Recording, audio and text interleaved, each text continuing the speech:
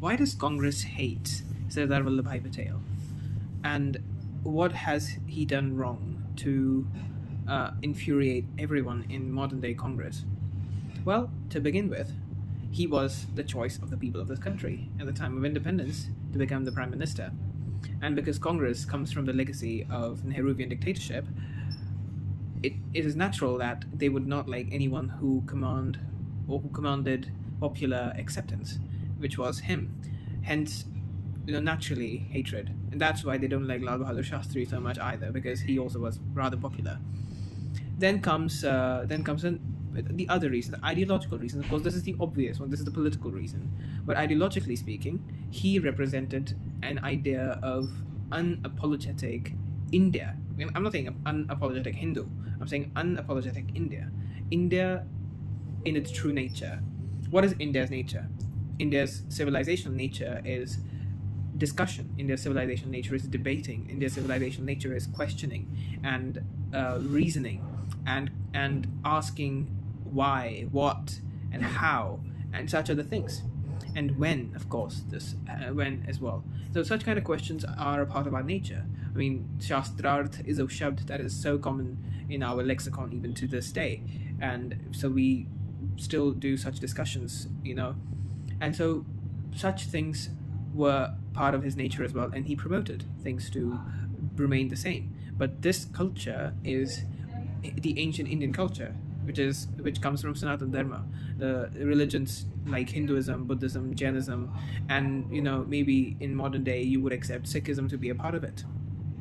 But that's the problem with the assertion, because Congress comes from the idea of appeasement. Congress comes from the idea of placation and from the idea of false peace, and that they of course created after independence, when they told everyone the truth, which was not the truth, that the medieval period was one of peace and love and solidarity and all of that, which of course everyone knows is not a truth.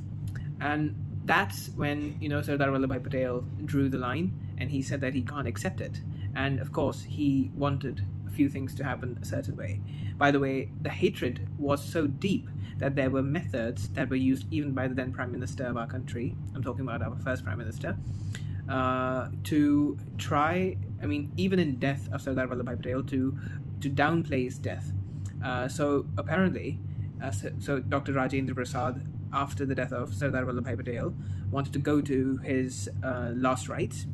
And of course, he was the president of this country at that time. President is the highest and the most highly regarded position in our country and in any country where there is a presidential system. So it would have been a great thing to receive president in your last rites, but Prime Minister Nehru did not want that to happen. Did not want Sardar Vallabhbhai Patel to receive that honor, which is why he tried to convince Rajendra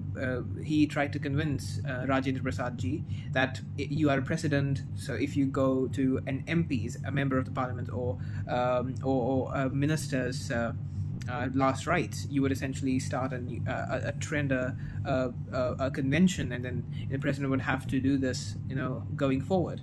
But Sardar Vallabhbhai Patel was so highly regarded in the heart of Dr. Rajendra Prasad that he completely ignored what was said by Chachaji and went to his last rites. And of course, and he deserved it. Of course, that should have happened. But that respect, even until his death, I think Chachaji would not have digested that humiliation, that respect which Patelji got. Which is why you would find Gandhi, Nehru, Rajiv, or Indira kind of words very commonly, and you would find relatively much fewer mentions of the word Patel in the monuments or the roads or the naming of places. You observe yourself and you will see that it is in fact the case. And I have observed it. I observed it, a long time ago, and I have been observing it ever since. Also, recently, Prime Minister of India, on 31st of October, which was his 150th, birth anniversary.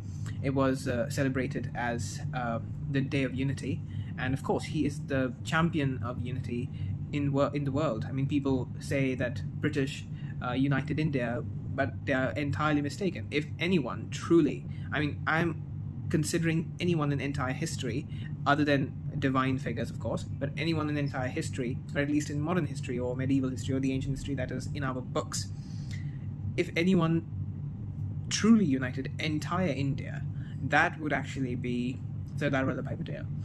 If it was not for him, India would be 561 countries, 560 or maybe 570, 66 countries, I think. That's what he did. He basically brought together so many small principalities, so many small, princely states, and convinced them to be a part of India at the time of independence. That's what makes him the true symbol of India's unity. That's what makes him, the one of the greatest persons to have contributed to the national movement.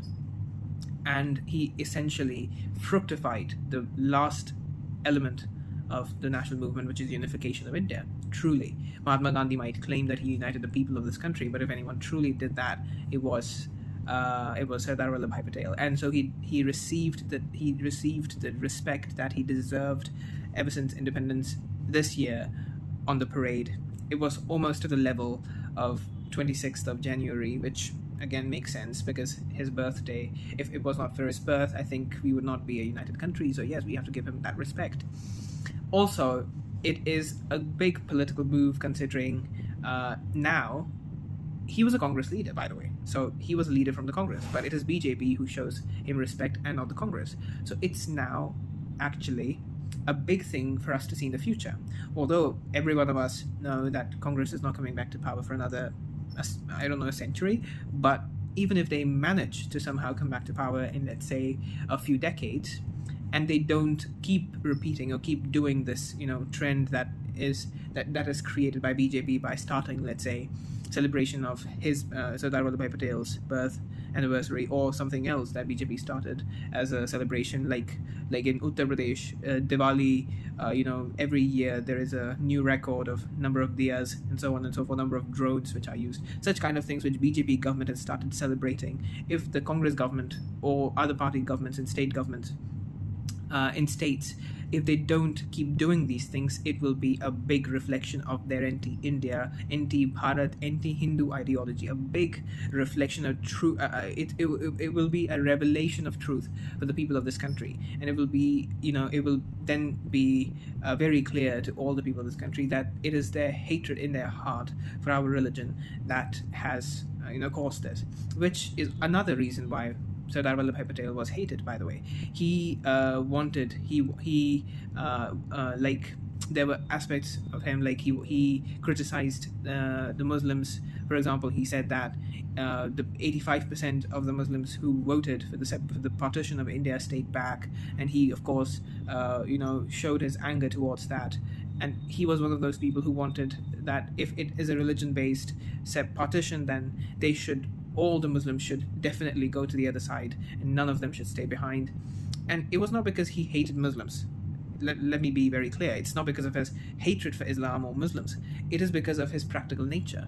You got the territory for your religion because you wanted it because of religion. Our territory is not for religion because we are secular people by nature. By history, our history has been secular. We are plural. We are inclusive and all. But you got your Islamic territory, so go ahead and go to your territory. Now our land will be enjoyed by the Hindus, the Sikhs, the Jains, the Buddhists, the Christians, the Jews, the Zoroastrians, any other, the atheists of this world, but not Muslims. That's what he meant. Now people live here. Of course, their allegiance is still alive with, Saudi Arabia or whatever, but their allegiance is still not with our country. Everyone knows that. It's out there. Probably it's with Pakistan, because I've seen, during Operation Sindoor, these burqa-clad women picking up Pakistan flag, which were in their rightful place, like in dustbins or middle of the road, people walking on them, and these women were picking those flags up, showing respect to those bloody toilet papers. Go ahead and search online, by the way. The best toilet paper is Pakistan's flag as well. You will find that funny, but yeah, that is true. So That's their allegiance. That's where their allegiances lie, and that's why Sardar Vallabhbhai Patel wanted them to be gone. But they stay back, and people like Nehru, and then of course his entire lineage, has entertained, not just entertained, but appeased these people, and have turned them into attention seekers, victim card players, whatnot. I mean, the convention has been made into such that if they are not treated specially, then it is a war against secularism, and if they are treated specially, then it is secularism. Secularism is all about equality. It's not about special treatment, is it? But whatever. That's the problem about this entire, system that has been created. If the truth is revealed, that is warping history. And if the truth was hidden decades ago, that was well, historical achievement, whatever. It's so senseless, and it's Congress and senseless go hand in hand, synonymous, right? That's all right, I guess. I mean, that's my view. That's probably why Congress doesn't like Sardar Vallabhbhai Patel, because he was too much for them. And to all those people who think that he was still a congressman, well, I would like to tell you that back then there was no other political party. So anyone with strong voice, if they wanted recognition, if they wanted a place, a forum where they could, where they could be heard, they had no other choice but Congress. Other political parties like Muslim League, of course, he would not have joined, and then there was CPI, which was too, you would say, revolutionary and violent for him. So the only option which was left for him was of Congress. So he joined Congress, but it doesn't mean that he agreed. Back then, Congress was actually democratic to some extent, but today's Congress hates him because he was the voice of democracy in Congress of 1950, or Congress before 1950. That's why the papoos of this world hate him today.